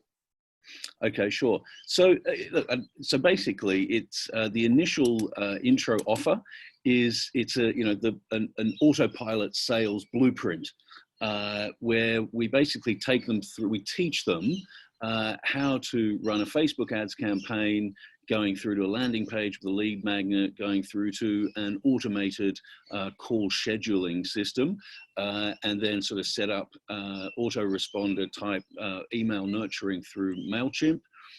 We show them how to do that. In that same sales call. How much do you charge for that? Well, so that's free. Teaching them how to do it is free, but then charge anywhere from 5 to 10K setup, and then 5 to 8K per month, I guess. Okay, so you need businesses that are turning over at least $2 million, right? Because small businesses can't afford you. Right. Anybody under $1 million can't afford those prices. They can't afford. Anybody under $1 million can't afford $60,000 a year in marketing, in management services, let alone the ad cost on top of that. Right. Yeah. But you need to target businesses 2 million plus. Because Okay, when you're coming in and saying 5 to 8K, they can afford that. They can afford to pay you up front. Yeah. Right. Yeah. I mean, I've got these lists of Sydney small businesses. I'm guessing they're probably not at the 2 mil mark. So perhaps I need to also tweak my offering so I can offer something that's a more budget option for the smaller small businesses. Well, if you can offer a budget option, then only offer the budget option. Don't offer the big option, right? If you're going to offer a budget option, offer the budget option. One offer, one avatar, one sales process, right? Yep. One result, one plan. Keep it simple. Yeah. I mean, I guess otherwise go on, Trent. I hear you. No, I hear you, and I do get that. That's the best way to go. I mean, I'm currently transitioning from being a freelancer, managing a few clients, outsourcing increasingly more of the work, to other workers, and I kind of want to take it to the next level now. I've got a big list of SMEs. I just thought it might be a sort of a quick win to get several clients if I can somehow manage to harvest these, 1,000, 2,000. Well, why don't you go to the 2,000 people and sit to say, guys, what I'm doing is I'm going to run this thing. It's a one-day thing. Pay me $900. I'll teach you exactly how to do this thing, and away you go. And out of 2,500 people, if 25 people said yes, that's $25,000 that you pick up straight away. Yeah, it's a great idea. Yeah. So I would do that. Like say, hey, I'm doing a one-day event thing. I'm teaching people exactly this. I'm going to give you my methodology, going to give you the tools, going to give you the whole structure. If you've never done this before in a way that perhaps you should be taking advantage of it, I'm only inviting a number of people so I can help you personally. $1,000 down. We're going to do this one-day thing, and then you can record the whole thing, and then you can go and sell it to people. Right. That's a great idea. This is a fast way to pick up cash. Yeah. Yeah. That's one way to do it. The masterminding thing only works if you target people who you want to work with.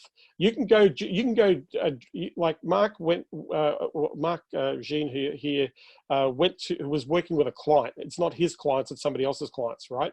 And they made the invitation and they got 57 people to inquire. The problem that they've got right now is they've got a follow-up problem, right? Because they've got to be able to manage 50 leads. Yeah.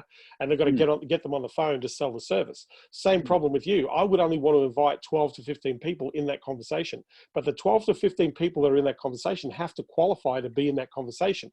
I'm not interested in people who have no money. I'm not interested in people who are looking for free ideas. I'm interested in people who have real problems right now, who are funded, who have some access to funds that they want to be in three categories, right? Number one, that you're still in business right now, so we need to be in business. Number two, we want to stay the course, right? Number three, we want to look at those gaps in the market right now that perhaps we can take advantage of. And so as a group of people who fit this category, let's have this open discussion. And so now we record a session that we can go to, then we can take that recording and then we can go to each of those people and say, right, it's all very cool that we talked about the ideas, but an idea is worth shit if you don't implement it, right? So I'm here to talk about how you implement what we discussed on the day. And maybe we can work together or partner together to build some of those structures that you said that you were missing, or the gaps that were missing, so we can move forward. So essentially right now, Trent, if you just do this one thing, right? You can open yourself up to clients that are going to pay you anywhere between $2,000 and $5,000 to get their stuff together, right? And that could like within the space of 2 weeks, you could be sitting there on $30,000 to $40,000 worth of cash in bank right now. Right?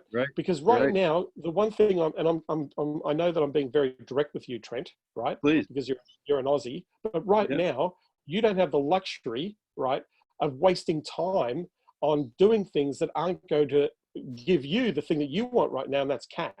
Right? Sure thing. Yeah, sure thing. So I've yes, the thing that I shared with you yesterday, go and do. Like pick one thing and see it through. Like the stuff that I showed you yesterday should already be actioned, and I would have been out of the market already yesterday. Yeah,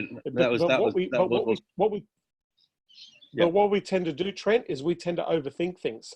I like rough and dirty, ready and go, because that's how you're going to grow faster. Right? If you have to, so there's two types of people, Trent, and this is to all those people listening to this. There's one type of person, and what we call those people a duck. Right? A duck is a person that has to get all their ducks in a row, got to get everything ready, got to make it look good, got to have the concise message, got to put the landing page together, got to do all that sort of stuff. That's a duck. There is nothing wrong with being a duck. There is nothing wrong with being a duck. But ducks take 6 to 8 weeks to realize a result, right? Because it takes that long to get things together. Before you know it, 4 to 6 weeks has gone by and you haven't generated a sale, right? That's a duck. Right? So there's this second group of people, and we call them the do's, right? The do's don't give a shit about landing pages, don't give a shit about anything. They'll just go, hey, I've got an idea. What do you think? And they go straight out to the market. They'll sit there and they'll pick up their iPhone, right? They'll go like this, right? Sit there with an iPhone, hit the record button and go, hey, I've got this idea. This is why I'm putting this idea out there. If you're this type of person, if you're feeling these things or seeing these things go on, I'm going to chase you down. I'm going to follow you up and just see if this is something that's worthwhile you having a look at, right? Yeah. And then I would go send my Rolodex on my phone to any business owner and go, I'm going to send that to all the people in business, right? Boom, boom, boom, boom, right? Now, I know by the end of the day, I'll have 5 appointments. Yeah, yeah, yeah. So I had a guy, I had a guy, I'm just trying to think, it was Dave Massingham. Dave Massingham was on exactly the same scenario that you're on right now, watching, listening to me give strategy and all that sort of stuff. And I crafted a message for him on the spot. And I said, Dave, like, whilst you're doing this, whilst we're talking, just press the send button on this message. Just send it out. Doesn't matter who you send it to, just send it out to people. You've got a list, you've got people. While we're here having this conversation, right, just press send. So not even 10 minutes through this conversation, 5 people had accepted an offer. 5 people had accepted the offer. And he didn't even get off the webinar. He was still in the webinar when that happened, right? So here's the thing, Trent, right? That 2,500 people, your option is, hey, I'm doing this. If you're interested, it's a one-day thing. You can market the crap out of it to those 5 groups, right? And you can do that. Setting up another Facebook group, all that sort of shit, that's going to take time. Make an offer. Make an offer that people can give you feedback on and say, I want it, or I'm not interested. But it has to be relevant to where people are at. Right now, people are struggling with the whole online thing. I want to teach people exactly what I do to automate that whole process. We're going to spend a day unpacking that, going to give you the exact idea. I can only do this for a number of people. If you're interested, it's this much. Pay here.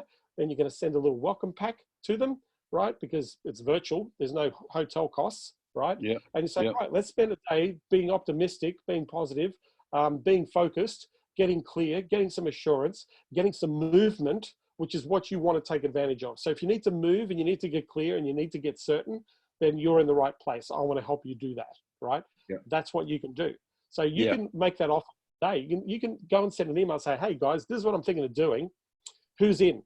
And then there might be people, if you want to know more about this, if you're interested, if you want to know more, just let me know, just ping me. And then you can follow those people up. And then you can sit there and say, look, this is what I'm doing. This is how it works. Is this something that's going to be helpful to you? Is there something else that you would like to see in this? Yes or no? Right? Yeah.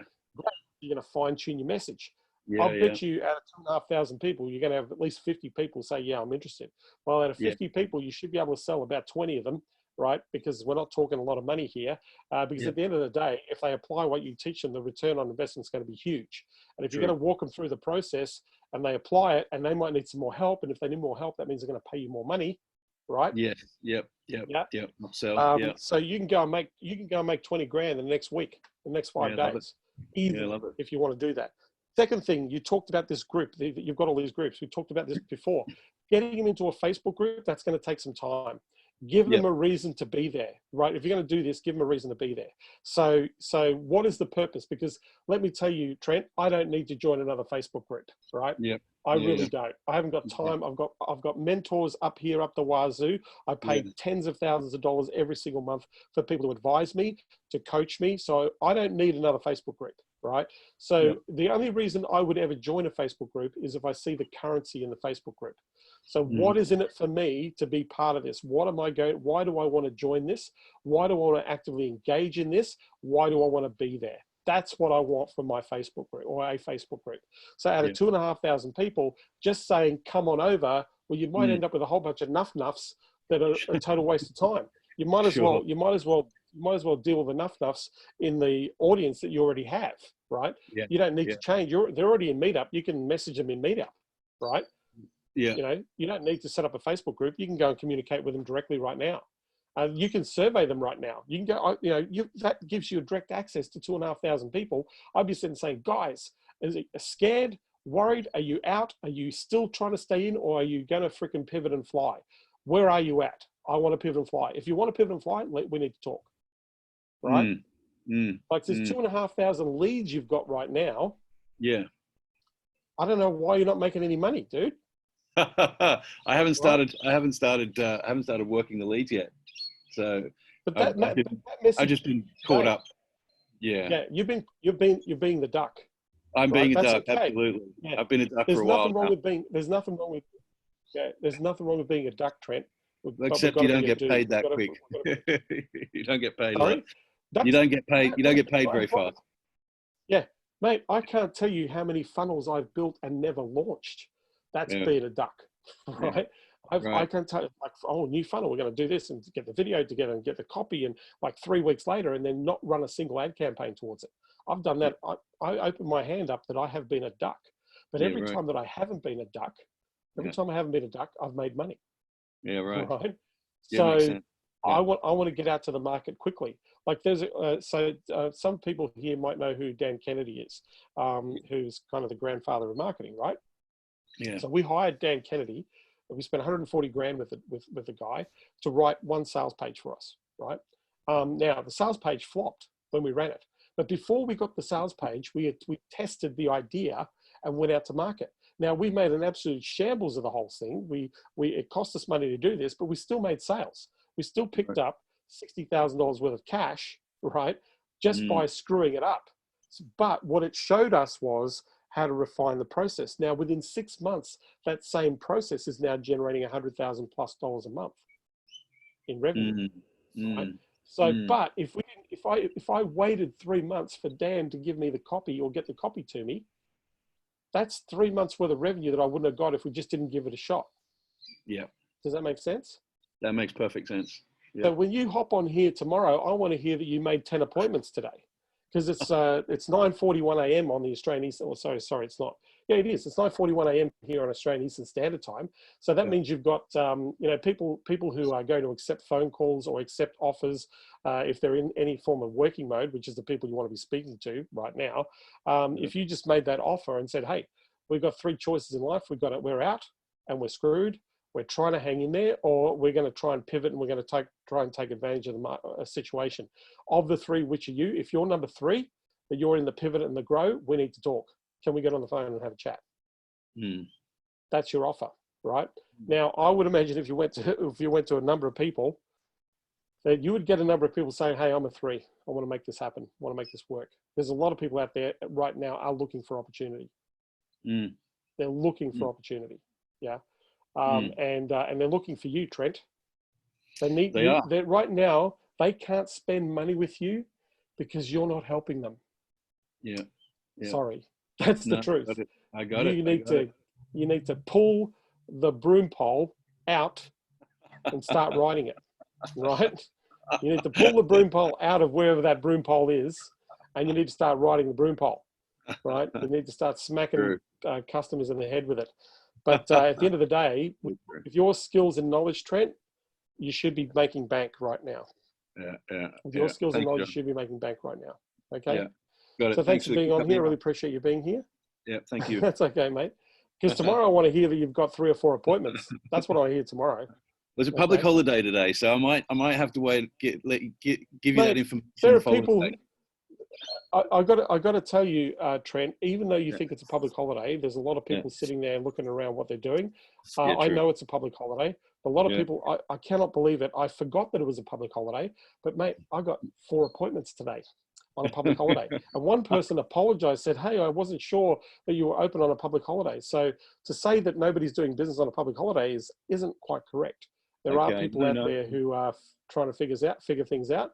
So don't let the public holiday stop you. You can use that to your advantage. Say, "Hey, I know it's a public holiday, but I just thought I'd reach out anyway," right? Because this is not much of a public holiday right now because you're in lockdown. I can tell you this does not feel like a publibly holiday, right? Because we've been told to shut down. So if I've been sitting there, I'm probably tearing my hair out with my kids and whatever. I'm probably looking at my messages right now, right? The most powerful computer in the world right now is very active in people's hands. Go and send a message. I'll guarantee you, like if you give it a shot, I would have to eat my hat if somebody says no. Use the excuse. Say, "Listen, I've been sitting around twiddling my thumbs. It doesn't feel like much of a holiday, but what I've been thinking about is how businesses can actually take advantage of the circumstances that we're in right now. And right now we're in some pretty scary, panicky places. But we've got 3 choices right now. We've got a choice to get out of the market and become an employee somewhere if we can, or go on the unemployment line. We can try and hang in there, right? See if we can ride this thing through. Or we can do what I know businesses are doing right now, as they're looking at their options to pivot. They're looking at the ways to put cash into their business right now. They're looking at the ways to actively engage customers right now that are actively looking on the most powerful computer in the world for services. So if you want to have that conversation with me, if that's something that might be useful or helpful to right now, I want to make that the most optimistic, positive conversation that you've had to give you a level of clarity, a level of assurance, but more importantly, movement. And we need some movement, because fear lives in stagnant water. Fear, a friend of mine, Todd Herman, said that. Fear lives in stagnant water, right? And so if we're not moving, we're dead. If we're not growing, we're dying. John, just a quick thought. I'm thinking of putting something like that into a video message and then just blasting it out to the full meetup list. What do you reckon? So send me the video in 20 minutes. Okay. Yeah. Send me the video. Send me the video in 20 minutes. Send me an email, john@consultingunleashed.com, and give me a link to the video. I want to see it in 20 minutes. Okay, and then I want you to take that link. Probably what I would do is do a Loom. Get a Loom video. It's very easy, right? Get a Loom account. It's free. Loom, right? If you don't know what it is, it's free. It allows you to shoot a video straight off your iPhone. It's got an app. You can just download it. It allows you to shoot a video. And then what you can do is you can actually share with your contacts the link. And then if somebody opens the Loom video, guess what?